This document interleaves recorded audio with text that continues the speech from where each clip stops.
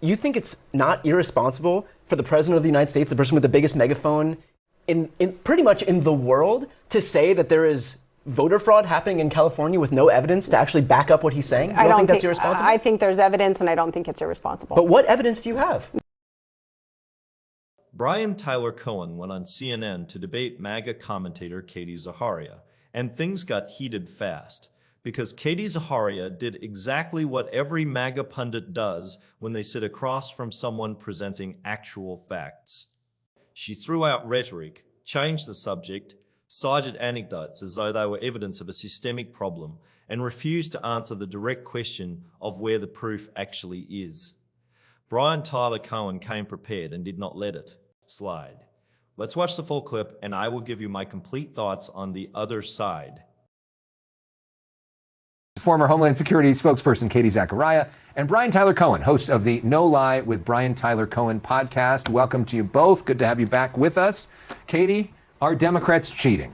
Listen, in 2019, Tom Fitton with Judicial Watch sued Los Angeles County. And what did they find? Los Angeles County hadn't kicked anyone off their voter rolls for over 20 years. They had to kick off 1.5 million people off those voter rolls, 1.5 million. And in the last 7 years since that happened, 400,000+ people have fled Los Angeles. So we're relying on this faulty system that never kicked people off the voter rolls to begin with to somehow now start doing it. And look, the electoral system is broken if you can't have the count in a week. How do those people, but the reason that the system is slow is because of signature verification to go through all of that to make sure that there isn't fraud or anything like that. How are those people supposed to get through the system? Well, listen, you could have voter ID and same-day voting and no universal mail-in ballots. If you had all of those, you would know your results right away. And in California, they banned the ID. Right. They have universal mail-in ballots. And by and large, a lot of those ballots that come in are typically Democrat drops. And right now we're seeing, and news is mixed, we are actually seeing a pretty stable flow of Pratt, Rahman, and Karen Bass. However, this is something that needs to be looked at because it should not take over weeks and weeks and weeks to get this. And Nithya Rahman is gaining on Pratt every day. Today, she gained 12,000 votes on him. She's now 20,000 votes behind Spencer Pratt. A couple days ago, she was 40,000 votes behind. Do you think that this is a flawed system? Look, I think that the system is working as it should. We're giving voters as much of an opportunity as we possibly can to make sure that their voices are heard. Again, we've heard from Katie a lot of rhetoric about suggesting that something nefarious is happening, but the reality is that there is no actual evidence of widespread fraud. And in fact, Justin Levitt, who is a professor at Loyola Law School, did a comprehensive study spanning 14 years, studied 1 billion ballots that were cast. They found 31 instances of voter or election fraud. 31 instances out of 1 billion ballots cast. If we look toward a red state, Utah wanted to see how many undocumented immigrants were voting in that state. There's no Democrats to gum up the works in that state.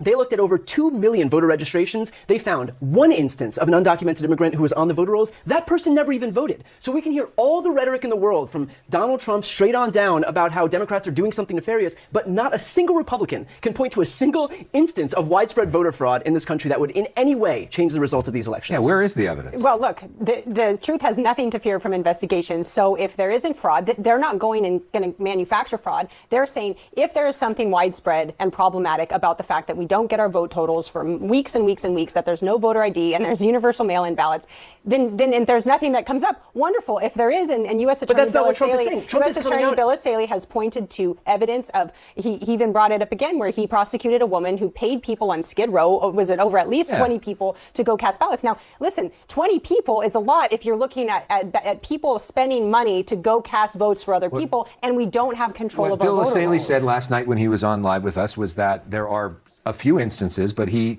does not right now have evidence of widespread voter fraud. When President Trump has been pushed, or his attorneys have been pushed in court over the years, they have never been able to provide. Right, and I think that's the difference. In court, you're required to tell the truth. But when Donald Trump is out there speaking off the cuff from the Oval Office, that does not stop him at any point from suggesting that there is widespread fraud. And this is something that he's brought up over and over and over again. But two things can be true. One, it could be that there is not fraud and that they're going through the system the way that the system is designed.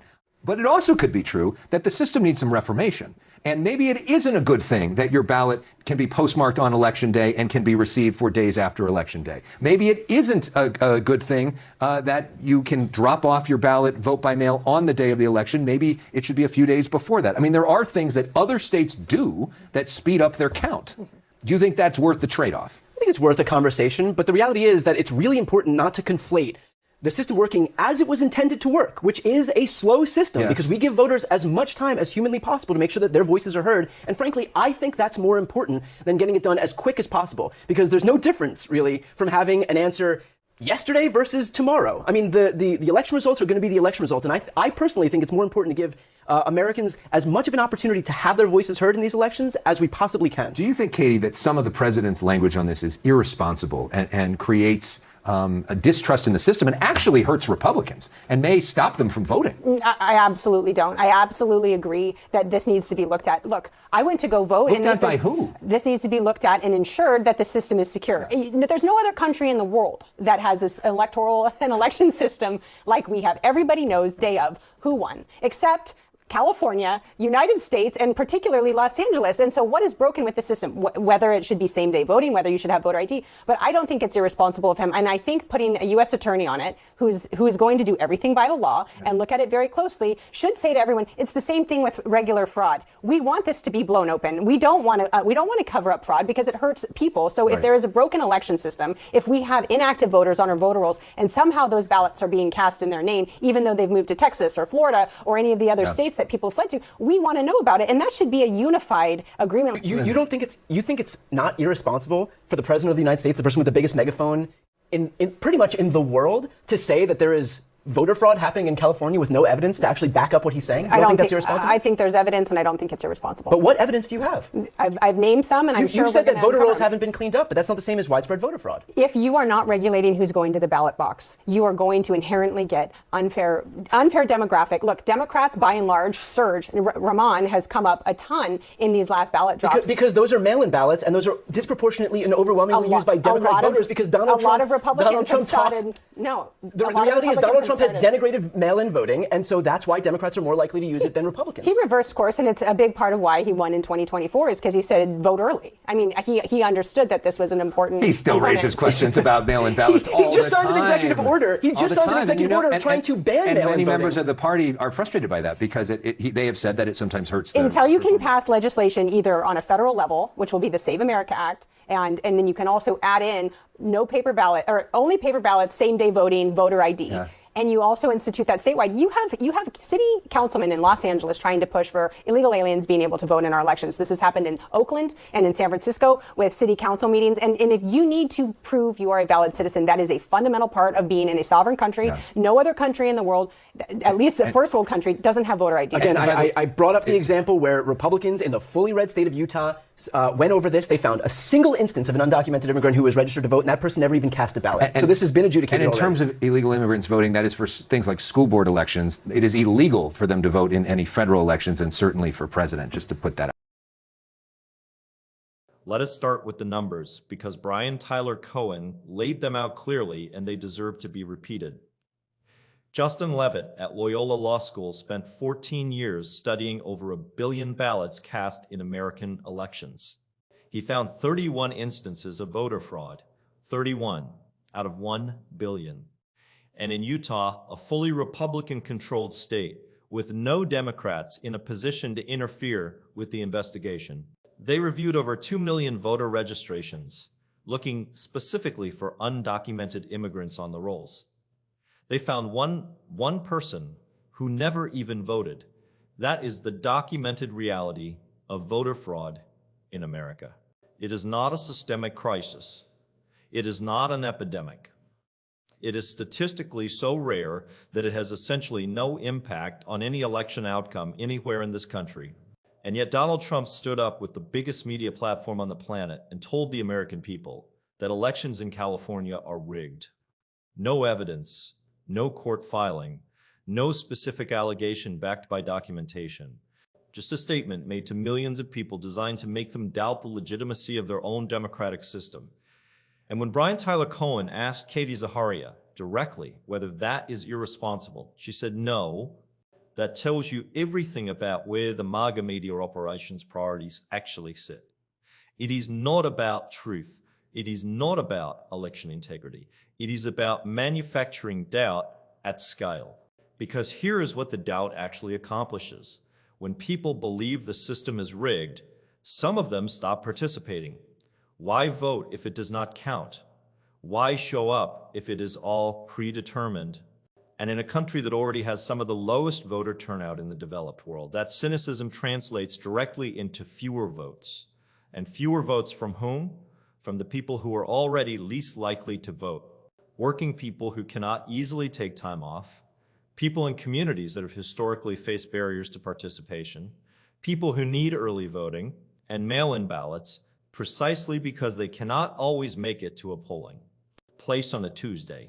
Those are the people MAGA's voter fraud narrative is designed to discourage, not because they have evidence of fraud, but because high turnout elections are elections Republicans consistently lose. Katie Zaharia talked about wanting same-day voting, ending universal mail-in ballots, and requiring photo ID. She presented this as election security. But every one of those proposals makes voting harder for specific groups of people. Ending mail-in ballots removes a critical option for elderly voters, disabled voters, working parents, and people in rural areas far from polling locations. Same-day only voting eliminates the flexibility that allows people with unpredictable work schedules to participate. Strict photo ID requirements disproportionately affect low-income voters and communities of color who are less likely to have the specific documents required. These are not coincidental effects. They are the predictable and well-documented consequences of every one of these policies wherever they have been implemented. And the California counting timeline is not evidence of fraud. It is evidence of a state that has chosen to prioritize giving every eligible voter the maximum possible opportunity to have their voice heard. If your ballot is postmarked on Election Day, the law says it gets counted. That is not a loophole. That is a deliberate policy decision about what democracy should look like. The reason Democratic votes continue coming in after election night is because Democrats in California overwhelmingly vote by mail, and mail ballots are processed after in-person votes. That is the red mirage effect that has been documented and explained repeatedly. It is not a conspiracy. It is arithmetic. Tyler Cohen said something important that gets to the heart of all of this.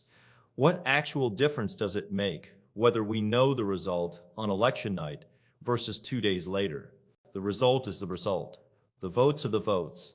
The only reason urgency around election night results matters is if you plan to use the gap between election night totals and final certified results to claim something nefarious happened in between. That is the game. Declare victory early. Watch the mail votes come in and call it fraud. Trump did it in 2020. He is doing it again now. And Katie Zaharia is on CNN providing the commentary track. If this country had 80 or 90% voter turnout, Donald Trump almost certainly never becomes president. MAGA understands that. The entire voter fraud narrative, the push for restrictive ID laws, the attacks on mail-in voting, the manufactured urgency around election night counts, all of it points in one direction. Make it harder to vote, reduce turnout, win on participation rates rather than on policy. That is not democracy. That is a strategy, and Tyler Cohen exposed it clearly, while Katie Zaharia sat across from him and offered nothing but rhetoric in return. Drop your thoughts in the comments below. Hit the thumbs up, subscribe, and turn on the bell notification. I will see you in the next one.